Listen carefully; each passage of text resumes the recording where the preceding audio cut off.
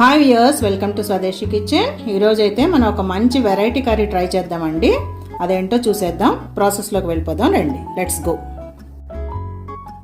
ఈ curry prepare చేయడం కోసం ముందుగా స్టవ్ వెలిగించుకొని పాన్ పెట్టుకున్నానండి. ఒక 4 టేబుల్ స్పూన్స్ కుకింగ్ ఆయిల్ వేసుకున్నాను. అది కాగిన వెంటనే ఫస్ట్ మనం దీనికి తాలింపు వేసుకున్నాం. 1 స్పూన్ ఆవాలు, అదేవిధంగా 1 స్పూన్ జీలకర్ర. ఓకే, ఇవి చిట్టపట్లాడగానే ఉల్లిపాయ, పచ్చిమిర్చి, కరివేపాకు వేద్దాం. ఆవాలు చిట్టపట్లాడుతున్నాయండి. ఇప్పుడు దీంట్లో ఉల్లిపాయ, పచ్చిమిర్చి, కరివేపాకు ముక్కలు వేసేసుకుందాం. దోరగా వేయించుకుందాం. గోల్డెన్ బ్రౌన్ వచ్చే వరకు ఫ్రై చేసుకుందాం. ఇప్పుడు దీంట్లోనే 1 టేబుల్ స్పూన్ అల్లం వెల్లుల్లి పేస్ట్ కూడా వేసుకొని పచ్చివాసన పోయేదాకా ఫ్రై చేసుకోండి. అలాగే సాల్ట్, పసుపు కూడా వేసేసుకోండి. ఓకే, సో ఈ కర్రీ కోసం నాకు మొన్న మార్కెట్లో పచ్చ వంకాయలు దొరికినాయండి, గ్రీన్ వంకాయలు. సో వాటితో ఈ కర్రీ ట్రై చేస్తున్నా. సో ఇప్పుడు కట్ చేసుకొని ఉప్పు నీళ్ళల్లో నానబెట్టుకున్న ఈ వంకాయ ముక్కల్ని ఈ ఉల్లిపాయ గ్రేవీలో వేసేసి బాగా కలుపుకోండి. ఓకే, సో ఎప్పుడు మనం గులాబీ రంగు వంకాయలతో ట్రై చేస్తాం కదా.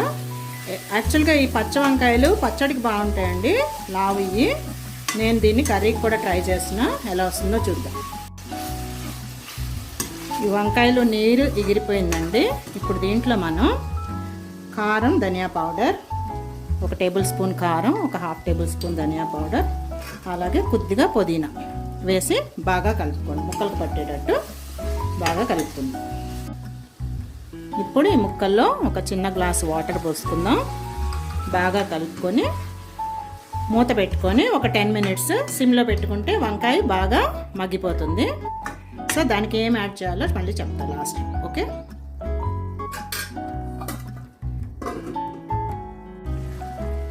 వంకాయ అయితే చాలా తొందరగా మగ్గిపోయిందండి.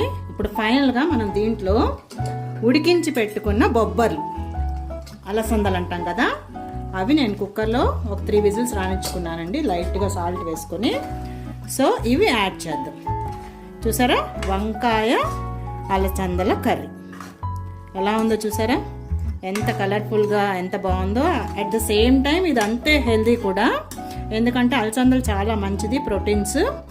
సో ఈ కర్రీ ఫైనల్గా మనం ఇలా ప్రిపేర్ చేసుకున్నాం.